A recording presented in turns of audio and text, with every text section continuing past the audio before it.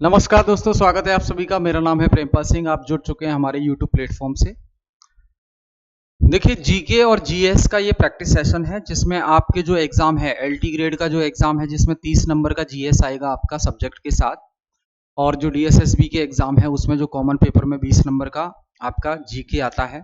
ठीक है, साथ ही साथ बीपीएससी के भी एग्जाम है। तो कॉमन पेपर में जहां जीएस जीके आता है उसको ध्यान में रखते हुए एक क्लास है।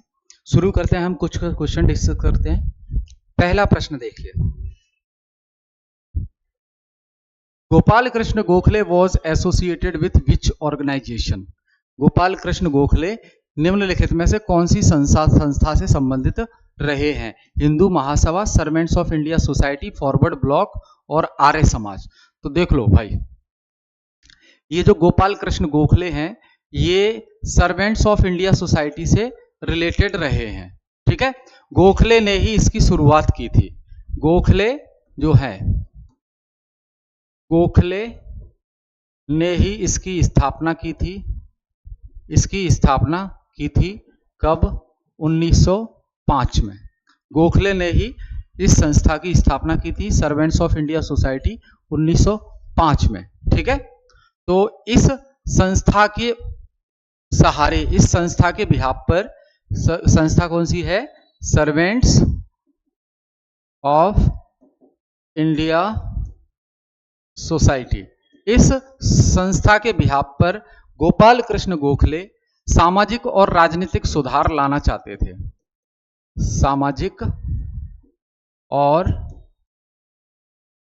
राजनीतिक सुधार लाना चाहते थे। ठीक है, गोपाल कृष्ण गोखले। अब मुझे बताइए, आपके लिए सवाल है, गांधी जी के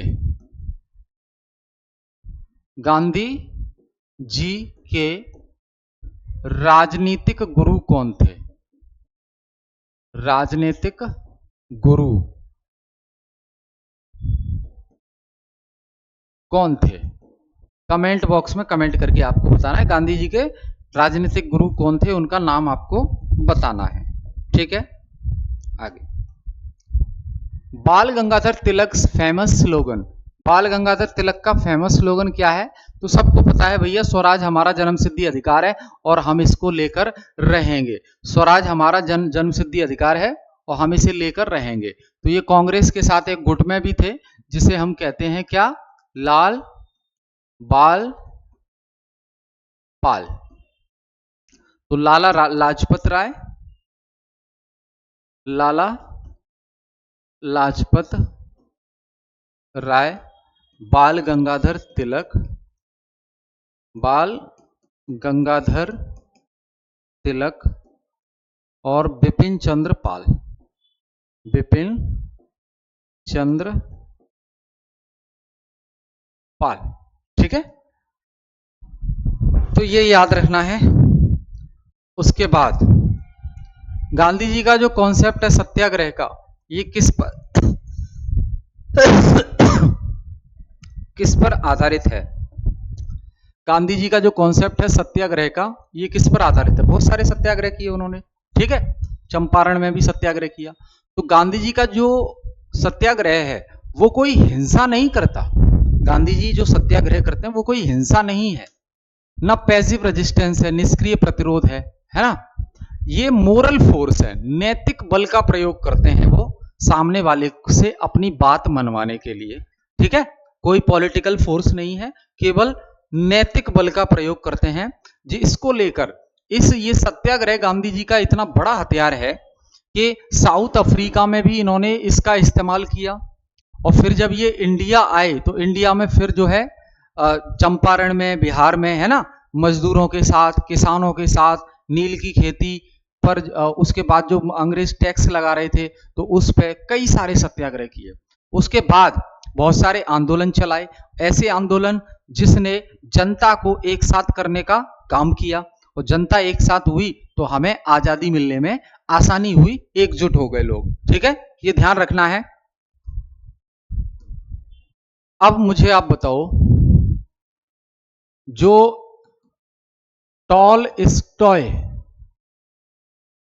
स्टॉय आश्रम टॉलस्टॉय आश्रम ये है तो गांधी जी से संबंधित, टॉलस्टॉय आश्रम गांधी जी से ही संबंधित है। आपको बताना है टॉलस्टॉय आश्रम का स्थान कौन सा है, प्लेस कहां पर है टॉलस्टॉय आश्रम गांधी जी का, बताना है। साबरमती तो आपको पता है, टॉलस्टॉय के बारे में बताना है। Which leader established Indian National Army, तो आईएनए आजाद हिंद फौज, आईएनए की शुरुआत सुभाष चंद्र बोस ही करते हैं। ठीक है, क्लियर। और ये द्वितीय विश्व युद्ध के समय होती है, द्वितीय विश्व युद्ध के टाइम पर होती है। ठीक है, तो जो अंग्रेज भारत में रूल कर रहे थे ये अंग्रेजों के खिलाफ था, अंग्रेजों से फाइट करने के लिए, अंग्रेजों से लड़ने के लिए। ठीक है, सुभाष चंद्र बोस, ये अपने आप में इनकी जो डेथ है वो एक मिस्ट्री है, रहस्य है, जो अभी तक क्लियर नहीं हो पाई है हुआ क्या था, समझ रहे हैं। तो इन्होंने भारत से दूर रहकर भारत के लिए काम किया, अपनी फौज तैयार की। तो सुभाष चंद्र बोस को हमें याद रखना है। आगे, भारतीय संविधान की प्रारूप समिति के अध्यक्ष कौन थे, भारतीय संविधान की ड्राफ्टिंग कमेटी, ड्राफ्टिंग कमेटी के अध्यक्ष तो भैया बी आर अंबेडकर। कौन, B are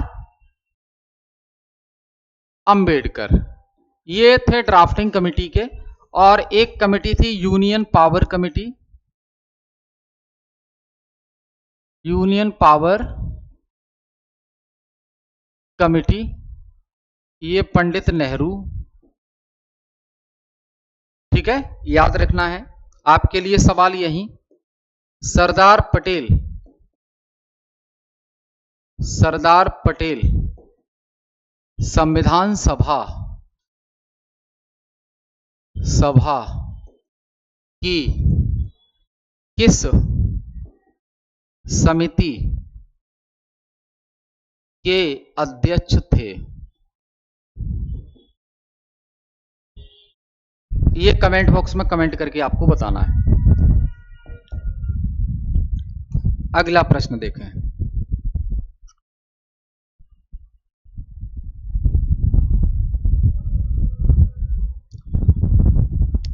which article deals with right to equality, समानता के अधिकार से संबंधित कौन सा आर्टिकल है, समानता के अधिकार से संबंधित कौन सा आर्टिकल है। तो यहां देखो आप,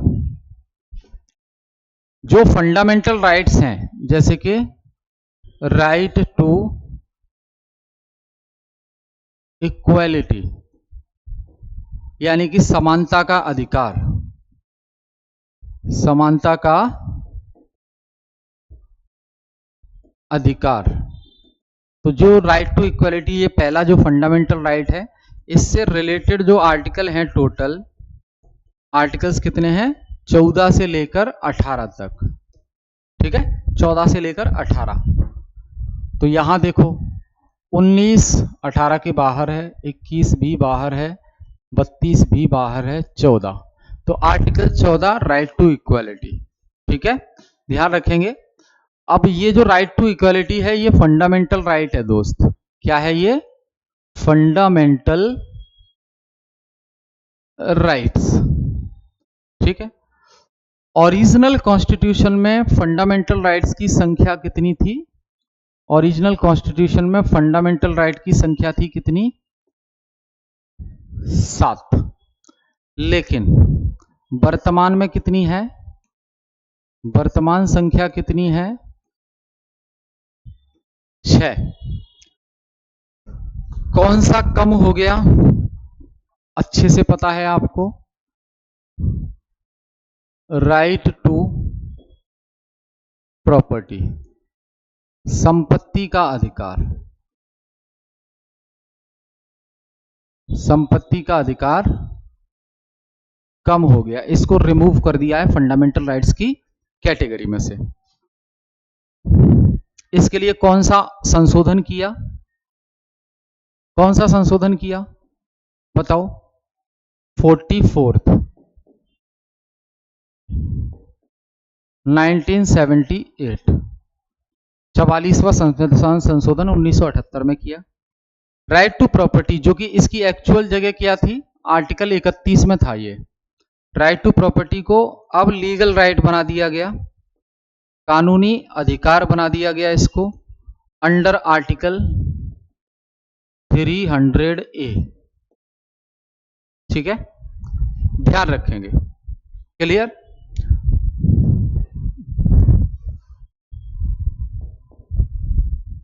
आगे देखिए,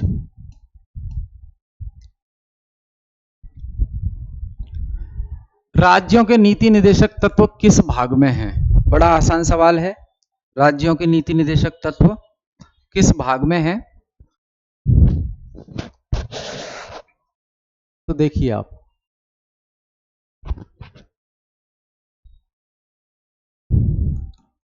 पार्ट 4 डीपीएसपी से रिलेटेड है। ये डीपीएसपी का कॉन्सेप्ट हमने कहां से लिया है? आयरलैंड।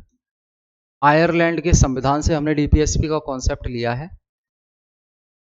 अब ये डीपीएसपी क्या है? ये गाइडेंस है कॉन्स्टिट्यूशन के द्वारा स्टेट को कि आप जब भी कोई कानून बनाएं तो उस कानून में डीपीएसपी को इंक्लूड करें आप, जिससे लोगों को उसका फायदा पहुंचे।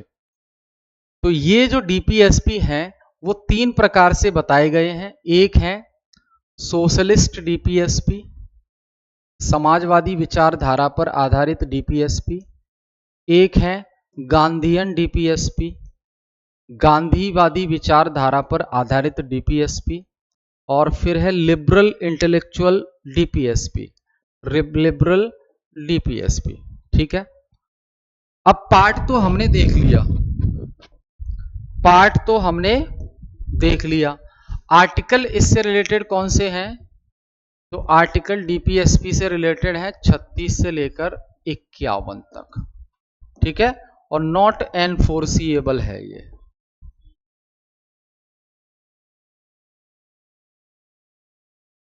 Not justiciable. ठीक है, यानी कि सरकार अगर इनको लागू नहीं कर रही है तो हम कोई शिकायत नहीं कर सकते।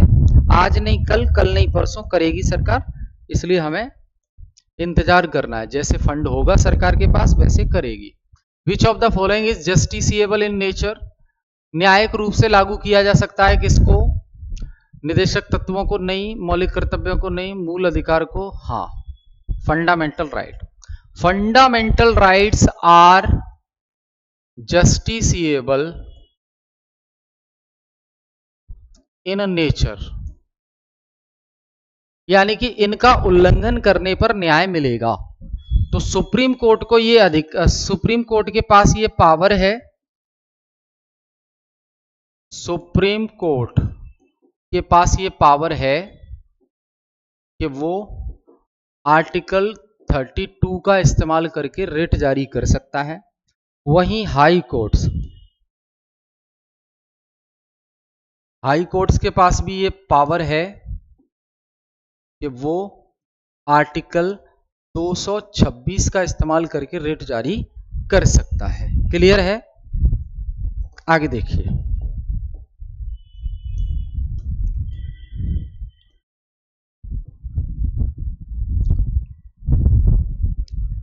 विच article gives power of judicial review to supreme court? Supreme court को जुडिशियल रिव्यू की पावर कौन सा आर्टिकल देता है? तो पहला ही आर्टिकल 13, जो फंडामेंटल राइट्स वाला चैप्टर है उससे रिलेटेड जो आर्टिकल्स हैं वो 13 से शुरू होते हैं और 35 तक हैं। 13 में ये कहा गया है कि कोई भी लॉ कॉन्स्टिट्यूशन के अगेंस्ट में होता है तो सुप्रीम कोर्ट को ये पावर है कि वो लॉ को रिव्यू कर सकती है। जुडिशियल रिव्यू की पावर आर्टिकल 13 देता है किसको? सुप्रीम कोर्ट को। चीफ मिनिस्टर को कौन अपॉइंट करता है? राज्यपाल। ये आसान सवाल है। भारत की संसद में कौन शामिल होता है? तो देखो, according to article 79, according to article 79 of Indian constitution, हमारी जो पार्लियामेंट है, संसद, हमारी जो पार्लियामेंट है संसद, इसके 3 अंग होंगे। कौन से? लोकसभा, राज्यसभा और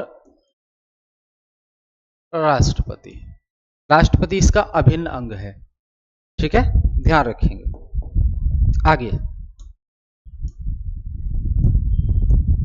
governor of state is appointed by president, हमें अच्छे से पता है, राष्ट्रपति अपॉइंट करता है। यहां ये देख लो, हम जब बात करें प्रेसिडेंट की जब हम बात करें, राष्ट्रपति की बात करें, तो राष्ट्रपति की नियुक्ति, सॉरी, राष्ट्रपति किस किस को नियुक्त करता है? किस किस को नियुक्त करता है? तो ध्यान देंगे, ये बता रहा हूं आपको, जैसे कि उपराष्ट्रपति, chief justice of India, supreme court, high court के न्यायाधीश, राज्यों के अंदर राज्यपाल, यूनियन टेरिटरी के अंदर उपराज्यपाल, लेफ्टिनेंट गवर्नर।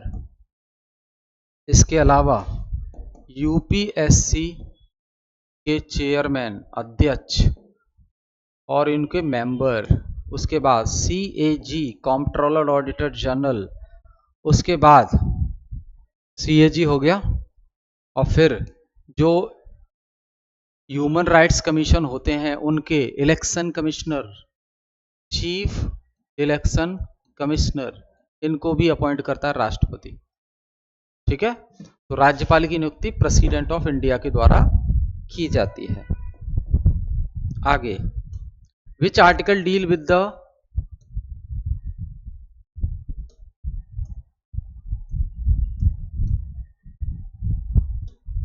एक सेकंड,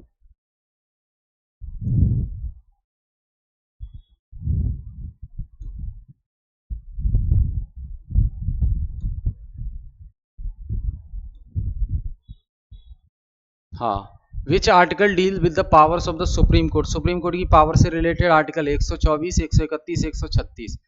तो 124 से 147 सुप्रीम कोर्ट से रिलेटेड है, तो ऑल ऑफ द एबव हो जाएगा। ठीक है, inter state council is setup under which article? Inter state council किस आर्टिकल के तहत सेटअप की जाती है? 262, 280, 312, 263। ठीक है, इंटर स्टेट काउंसिल, ध्यान रखेंगे इसको।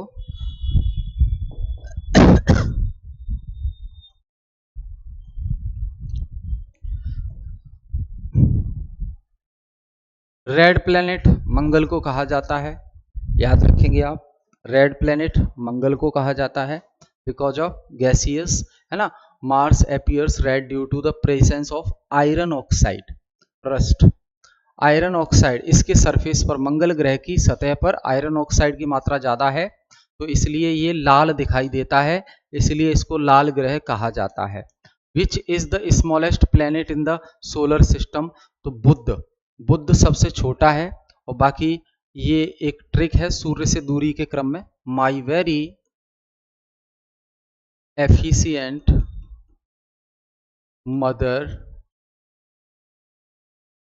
Just serve us nuts. ठीक है, तो ये ट्रिक है आपकी सूर्य से दूरी के क्रम में। मान लो ये सूर्य है, तो उसके बाद क्या आएगा? मरकरी, वीनस, अर्थ, मार्स, जुपिटर, सैटर्न, यूरेनस और नेपच्यून। ठीक है, ये दूरी के क्रम में। बुध सबसे छोटा है, आकार में सबसे छोटा है और सूर्य के निकट है। ठीक है, मरकरी। अच्छा, एक और चीज, मरकरी जो ग्रह है वो सूर्य के बहुत नजदीक है, लेकिन फिर भी वो गर्म नहीं रहता। कारण क्योंकि उसका अपना एटमॉस्फेयर नहीं है, वातावरण नहीं है वहां पे। तो इस वजह से जो गैसेस आती हैं वो गैसेस बाईपास करके निकल जो रेज आती हैं, सूर्य की किरणें आती हैं, वो मरकरी को बाईपास करके आगे निकल जाती हैं। अगर मरकरी पर, बुध पर वायुमंडल होता तो वो गैस किरणों को एब्जॉर्ब करता तो वो गर्म होता, लेकिन नहीं है, तो वो बाईपास करके वो किरणें निकल जाती हैं उससे। ठीक है, क्लियर है।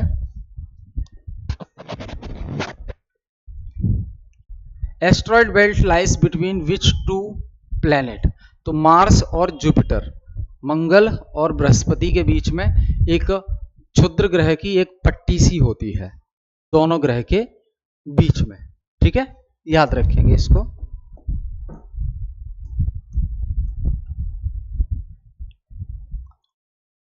वीनस को कहा जाता है अर्थ का ट्विन। क्यों? क्योंकि ये साइज में और मास में लगभग बराबर होता है, इसलिए इसको जुड़वा कहा जाता है। Venus is similar to earth in size and composition but has a thick CO2 atmosphere. Equator represent which degree of latitude? निम्नलिखित में से भूमध्य रेखा कौन सी डिग्री पर आती है? यहां देखिए आप,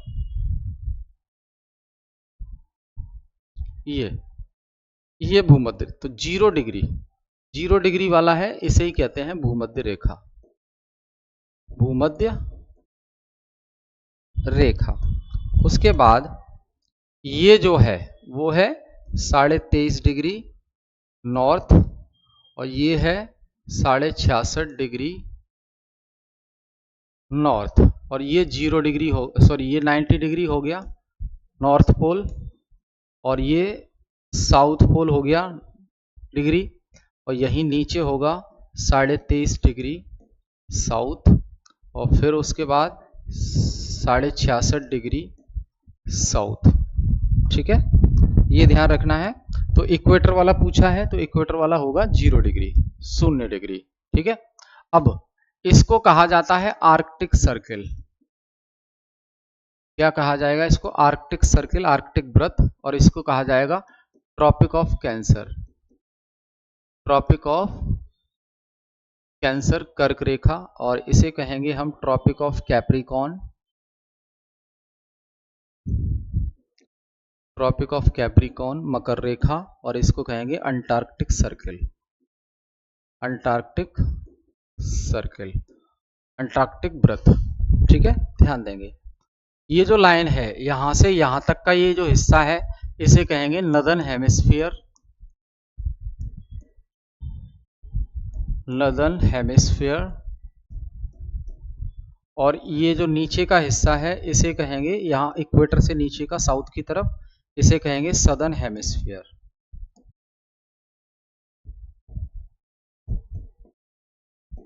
हेमिस्फीयर मतलब, स्फीयर का मतलब होता है पूरा गोला, हेमिस्फीयर का मतलब आधा गोला, अर्धगोला। तो एक अर्धगोला तो देखो ये नीचे बन गया, एक अर्धगोला ऊपर, तो नॉर्दर्न हेमिस्फीयर और साउदर्न हेमिस्फीयर। ठीक है, याद रखेंगे।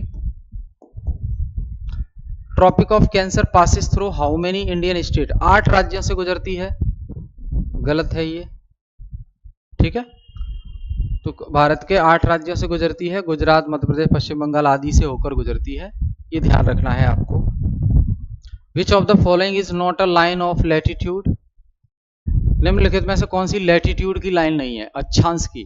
तो देखो भूमध्य रेखा 0 डिग्री लैटिट्यूड है, tropic of capricorn 23.5 degree south है, और आर्कटिक सर्किल ये 66.5 डिग्री नॉर्थ है। प्राइम मेरिडियन कोई लैटिट्यूड नहीं है, ये है लॉन्गिट्यूड। ये क्या है? लॉन्गिट्यूड है, जिसे हम कहते हैं देशांतर। क्या कहेंगे दोस्त? इसको क्या कहेंगे? देशांतर कहेंगे। ठीक है, प्राइम मेरिडियन किस सिटी से होकर गुजरती है? तो पेरिस, ग्रीनविच, रोम, न्यूयॉर्क। ग्रीनविच इंग्लैंड से होकर गुजरती है। प्राइम मेरिडियन 0 डिग्री लॉन्गिट्यूड वाली line. Total number of longitudes on the globe 360, 180 front पे, 180 पीछे। ठीक है, तो दोस्त ये हमने डिस्कस किया आज की क्लास में कुछ क्वेश्चंस। हम फिर मिलेंगे नेक्स्ट क्लास में। जुड़े रहिए हमारे साथ। कोई भी क्वेरी है आपकी तो आप कमेंट बॉक्स में हमसे पूछ सकते हैं। बहुत बहुत धन्यवाद।